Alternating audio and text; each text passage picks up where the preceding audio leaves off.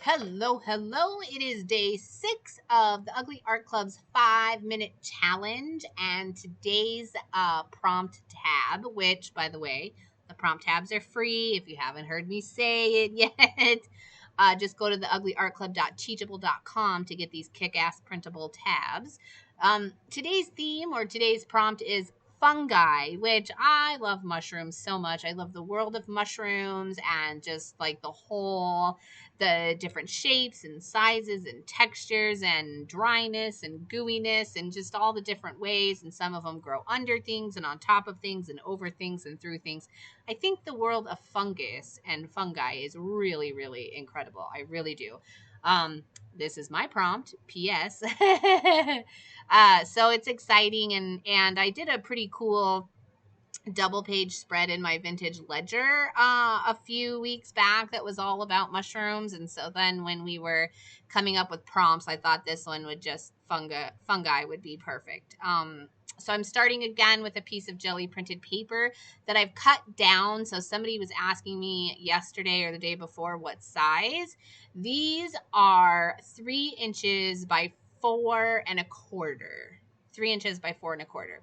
And they come from quite a few different jelly prints, but the prints were all made during the Ugly Art play date that we had for the Ugly Art Club also a couple weeks ago.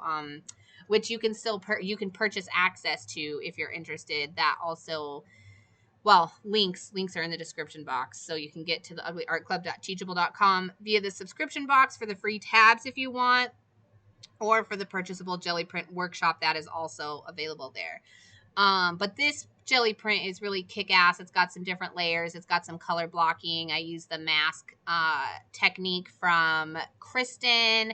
This is not one that I practiced the image transfers with that Tiffany shared from the jelly print class, but I did the masks and I did some color blocking that I taught, and a couple other things using your jelly plate. But that background is so delicious and has so much texture to it. It really seemed to say fungi to me. So the first thing I did was use my precision pilot pen to draw some lines in the open space, the negative space, the white space that is happening along what ended up being the bottom of this card. I did staple my tab on. I'm still going strong with that Tim Holtz tiny attacher. It works perfectly. Why not? Then I have this mushroom, and this is from Paper Harbor Co. on Etsy, Susie Blankenship, Paper Harbor Co. on Instagram. Oh, here, really quick. Okay, so I did some asemic writing with the pilot pen, and I love in the middle where it is, but I thought I wanted a little bit in the top corner, and I didn't love it. So I mentioned before that this pen is not permanent, and because I wrote on acrylic with it, I was able to mostly wipe away the pen. Like in the end, you don't even notice that there was pen there. You only notice right now because you saw me put it there and wipe it away. But at the beginning, you didn't see it, and by the end, you won't see it either.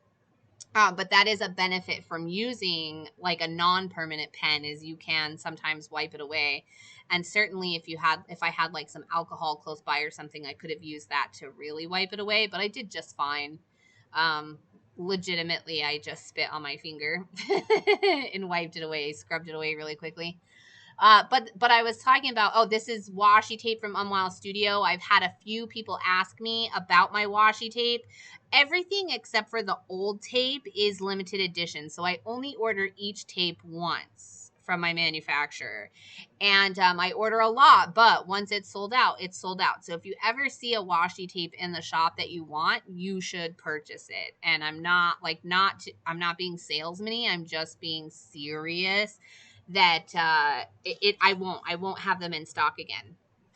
I prefer to continually design some new stuff and kind of freshen up my own personal art supplies frequently.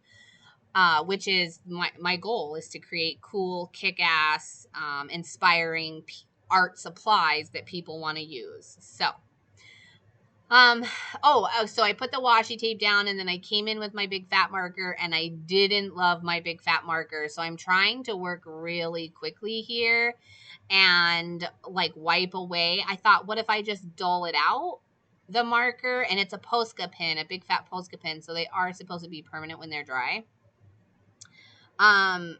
Oh man, I started to make a mess, and I actually kind of started to get really nervous about it. I was I thought I ruined it, but I somehow I pulled it out. Sometimes you just got to make it happen, right? And I only had 5 minutes, so I'm sitting here and I'm like, how much time am I going to waste wiping this stuff away? So then I was like, okay, quit like beating around the bush and just try to really wipe it away.